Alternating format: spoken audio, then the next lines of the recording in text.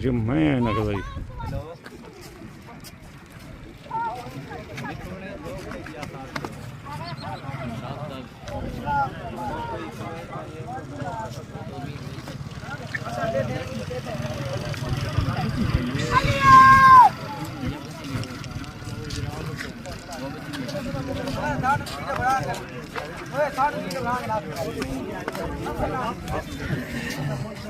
ओ ऊंची जाए वो सामने निकता करी हाँ